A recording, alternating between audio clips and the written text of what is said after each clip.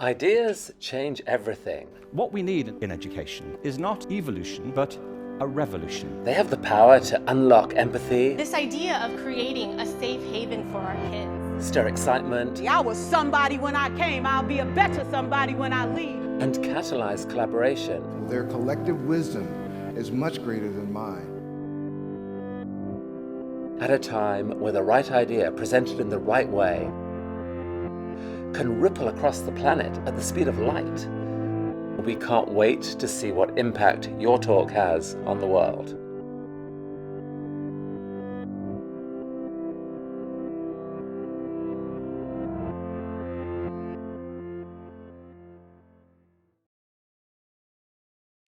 Your number one mission as a speaker is to take something that matters deeply to you and to rebuild it inside the minds of your listeners.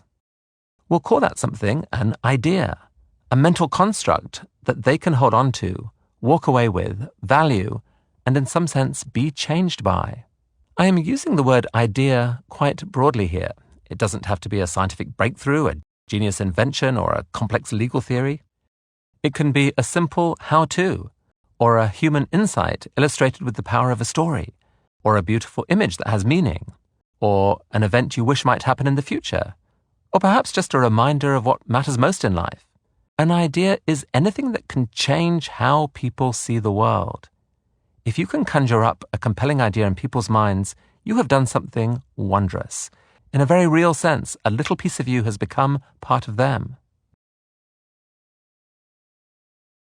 In March 2015, a scientist named Sophie Scott stepped onto the TED stage. What I'm going to do now is just play some examples of real human beings laughing. And I want you just to think about the sound people make and how odd that can be. And in fact, how primitive laughter is as a sound. It's much more like an animal call than it is like speech. So here we've got some laughter for you. The first one is pretty joyful.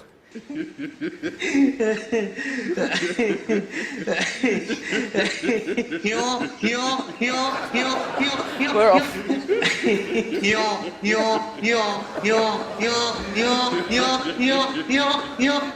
And within 2 minutes, the entire audience was howling with uncontrollable laughter. Sophie is one of the world's leading researchers on laughter, and she was showing just how weird a phenomenon it is. Now, this next guy, I need him to breathe. There's a point in this where I'm just like, oh, you've got to get some air in there, mates, because he just sounds like he's breathing out.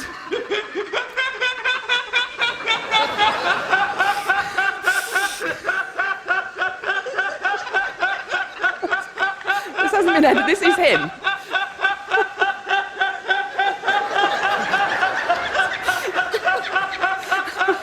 More like an animal call than speech, as she put it. Her talk was 17 minutes of pure delight. By the end of it, everyone was basking in the warm glow of a deeply pleasurable experience. But there was something else. None of us would ever think of laughter in quite the same way again. The couples who manage that feeling of stress with laughter, positive emotions like laughter, not only immediately become less stressed, they can see them physically feeling better, they're dealing with this unpleasant situation better together. They are also the couples that report higher levels of satisfaction in their relationship and they stay together for longer. Sophie's core idea about laughter, that its evolutionary purpose is to convert social stress into pleasurable alignment, had somehow entered our heads. And now, whenever I see a group of people laughing, I see the phenomenon through new eyes. Yes, I feel the joy.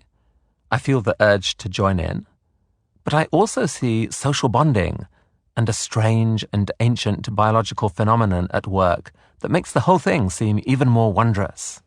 Sophie gave me a gift, not just the pleasure of listening to her. She gave me an idea that can forever be part of me. I'd like to suggest that Sophie's gift is a beautiful metaphor that can apply to any talk. If you can conjure up a compelling idea in people's minds, you have given them a gift of incalculable value. There's one other beautiful metaphor for a great talk. It is a journey that speaker and audience take together. Speaker Tierney Teese puts it this way. Like all good movies or books, a great talk is transporting. We love to go on adventures, travel someplace new with an informed, if not quirky guide who can introduce us to things we never knew existed, incite us to crawl out windows into strange worlds, outfit us with new lenses to see the ordinary in an extraordinary way, enrapture us and engage multiple parts of our brains simultaneously. So I often try to fashion my talks around embarking on a journey. What's powerful about this metaphor is that it makes clear why the speaker, like any tour guide, must begin where the audience is, and why they must ensure no impossible leaps or inexplicable shifts in direction. Whether the journey is one of exploration, explanation, or persuasion, the net result is to have brought the audience to a beautiful new place. We shouldn't underestimate how challenging that is. If we could somehow map what that idea about laughter looked like in Sophie Scott's brain, it would probably involve millions of neurons interconnected in an incredibly rich and complex pattern. How on earth is it possible to recreate that whole structure in a group of strangers' minds in just a few minutes? Humans have developed a technology that makes this possible. It's called language.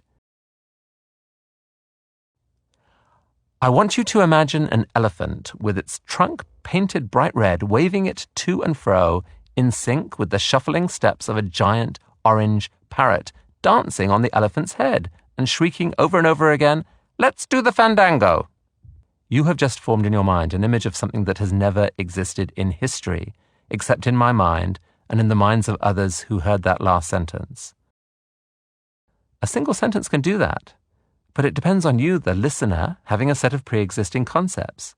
You must already know what an elephant and a parrot are, what the color concepts of red and orange are, and what painted, dancing, and in sync mean. That sentence has prompted you to link those concepts into a brand new pattern. If I had instead started out by saying, I want you to imagine a member of the species Loxodontus cyclotis with proboscis pigmented Pantone O32U conducting oscillatory motions, you probably would not have formed that image, even though this is the same request in more precise language. So, language works its magic only to the extent that it is shared by speaker and listener. At Princeton University, Dr. Uri Hasson has been doing groundbreaking research to try to discover how this process works. It's possible to capture in real time the complex brain activity associated with building a concept or remembering a story. It requires a technology called functional magnetic resonance imaging, fMRI. In one experiment in 2015, Dr. Hasson put a group of volunteers into fMRI machines and played them a 50-minute film that told a story. As they experienced the story, their brain's response patterns were recorded. Some of those patterns could be matched across almost every volunteer, giving concrete physical evidence of the shared experience they were having. Then he asked the volunteers to record their own recollections of the film. Many of these recordings were quite detailed and lasted as long as 20 minutes. Now, and this is the astounding part, he played those recordings to another set of volunteers who had never seen the film and recorded their fMRI data. The patterns shown in the brains of the second set of volunteers, those who listened to the audio recollections only, matched those patterns shown in the minds of the first set of volunteers as they watched the movie. In other words, the power of language alone conjured up the same mental experiences that others had while watching a movie. This is amazing evidence of language's efficacy.